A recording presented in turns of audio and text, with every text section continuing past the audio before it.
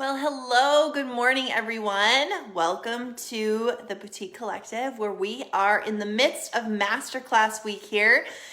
We have been going through the Profit Roadmap over the last several days. We had our masterclass, our Profit Roadmap Masterclass on Monday at 11 a.m. Central. It was an awesome time to just work our way through the entire roadmap, understand why we need a roadmap and what it's all about. And so if you haven't had a chance to watch that yet, you can go back and watch the replay. It will be available here in the group for 2 more days. So we are coming to a close with Masterclass Week. But before we do, I am popping in here a couple times every day and just making my way through all of the stops to recap for you what each stop is all about. So thank you for joining me this morning. If you are new here in the group, my name is Sierra. I'm the founder of the Boutique Workshop, and it's my goal to help boutique owners like you take complicated tasks and break them down into bite-sized, actionable steps. And that's what we're doing this morning. So we are on stop number 2 this morning, and in the next 5 minutes or so, we're just gonna make our way through that stop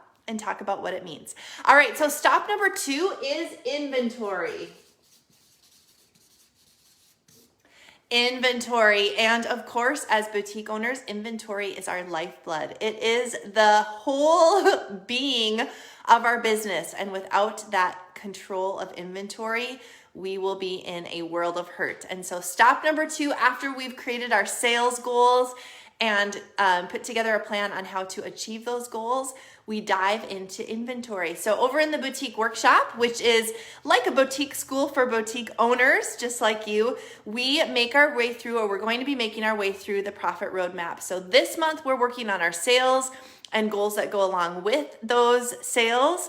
And then next month we will be working on inventory. So stop number 2 is inventory. And I think it's just super helpful to put words with pictures, especially for us that are very visual learners, and the way that we process information is often very visual. So I like to say that inventory is cash in boxes and cash on hangers. If you think about your inventory, hey, good morning. If you think about your inventory like cash, oh my goodness, you suddenly keep very tight controls of that inventory. So think about, in your home, if you had cash shoved in drawers and cash put in your jewelry box and wads of cash under the mattress. I know maybe they used to do things like that, but we don't anymore. And even if we did have that cash all over our house, stashed here and there, we would know where it was at. We would know how much we had, right? We keep good tabs on our cash. But when it comes to inventory, a lot of times we do not. We don't have the count of our inventory. We don't know how much value we have. And it's really important that as boutique owners, as retailers, because inventory is what makes our business tick, that we know exactly how much inventory we have. So thinking about your inventory as cash sitting in boxes and cash hanging on hangers will really start to make you remember to control that inventory, to take good count of that inventory, and to manage your inventory well. Okay, so stop number 2, inventory, thinking about our inventory as cash in boxes and cash on hangers. So in order to control that inventory, to count that inventory accurately, the number one thing we need for our inventory is a buying budget. Okay, a buying budget. And what does a buying budget do for us? It keeps us out of trouble. Okay? It keeps us out of trouble. I'd love for you guys to just throw a comment. I know it's early morning. Hi, everyone. But if you can humor me, throw a comment or an emoji. How does it make you feel when you think about the way that you buy your inventory? So do you often find yourself buying your inventory in a panicky state, right? So, oh my goodness, I need more inventory. I need to quick buy something. Do you find yourself buying really with a lot of hesitancy and scarcity, a mindset of scarcity? I don't know if I should buy inventory. I only have this small amount of cash. If I put it into inventory, what am I going to do to pay my bills? What if I don't have any sales, or I don't have enough cash next month? Do you find yourself buying out of overwhelm? So I'm just going to go to market, and whoever bombards me first, whoever talks to me the loudest, whoever tells me that they have the bestseller, I'll just say yes, and I'll just buy the inventory. Do you find yourself buying out of competition? Looking around you, what does the neighbor boutique have? What is the other boutique on Instagram selling? I'm gonna buy whatever everybody else is selling, okay? How do you often find yourself buying inventory? Scarcity. Hey, Megan. Hi, Brianna. Yes, totally. Out of scarcity, like, oh my goodness, I don't know if I should spend my money, if I should not spend my money. Well, the awesome thing about a buying budget is it will keep us out of trouble. And it keeps us out of trouble on both sides, right? Because we can find ourselves in a lot of trouble if we don't buy enough inventory, just like we can find ourselves in a lot of trouble if we buy everything and from everywhere, right? And so having a buying budget and open to buy in place gives us those bumpers or those guardrails. So I like to think of like bowling, right? And I'm not a good bowler, but I have so much fun because it's a group event and you have a great time. But oh my goodness, when I throw that bowling ball, and you're not even, I don't think supposed to throw it. Mine always kind of lands with a thud, right? Rolls down the lane. Most often it goes into the gutter.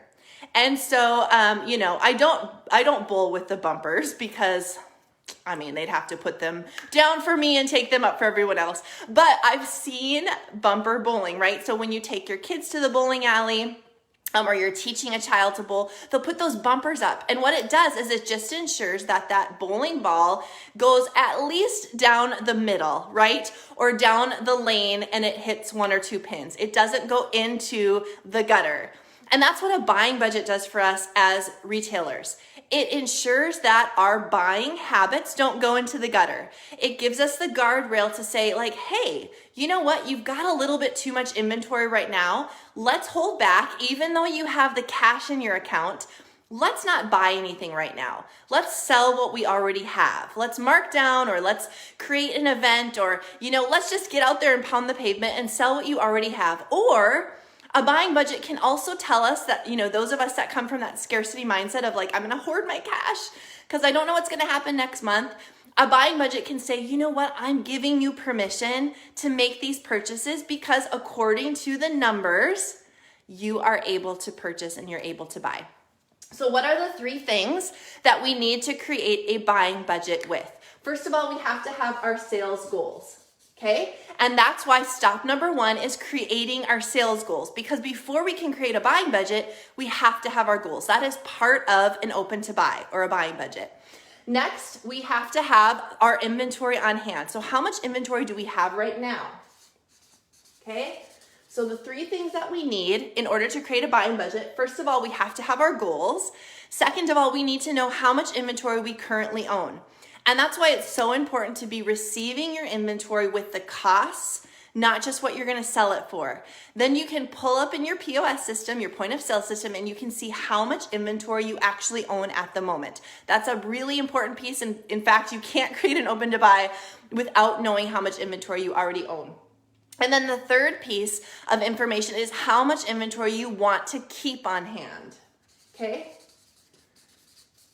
Now, I have a couple formulas that I use over in the boutique workshop. So when we get to the inventory stop and we're working collectively on our inventory, we'll talk to our online stores, our social sellers, about how to know how much inventory to keep on hand. And we'll talk to our brick and mortar retailers in the boutique workshop about how much inventory they need to keep on hand.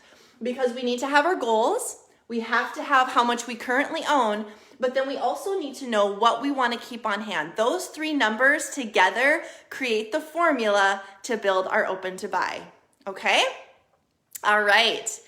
All right, well, thank you so much for joining me this morning. Just to kind of recap stop number 2, remembering that inventory is cash on hangers and cash in boxes, that you have to have an open to buy budget because it keeps you out of trouble on both sides. It ensures that you have enough inventory, and it also ensures that you don't have too much inventory, and that in order to build that buying budget, you have to have 3 things: your sales goal, how much inventory you have on hand right now, and how much inventory you want to always keep on hand in order to make those goals. All 3 of those pieces work together. All right, guys, time is ticking down. If you want to sign up and join us over in the boutique workshop, I want to invite you to do that. So drop a comment here if you need the link, and someone will, either Brianna or Tanya or Emily will get you the link so that you can sign up and join us over in the boutique workshop. We are already underway. We got going yesterday, and we are working on putting together the pieces of creating our sales goals so that we can really build out an amazing profit roadmap for each one of our boutiques in 2022. And I want you to be on that journey with me. So sign up. I will see you over in the boutique workshop. All right. Have a good morning, guys. See you later.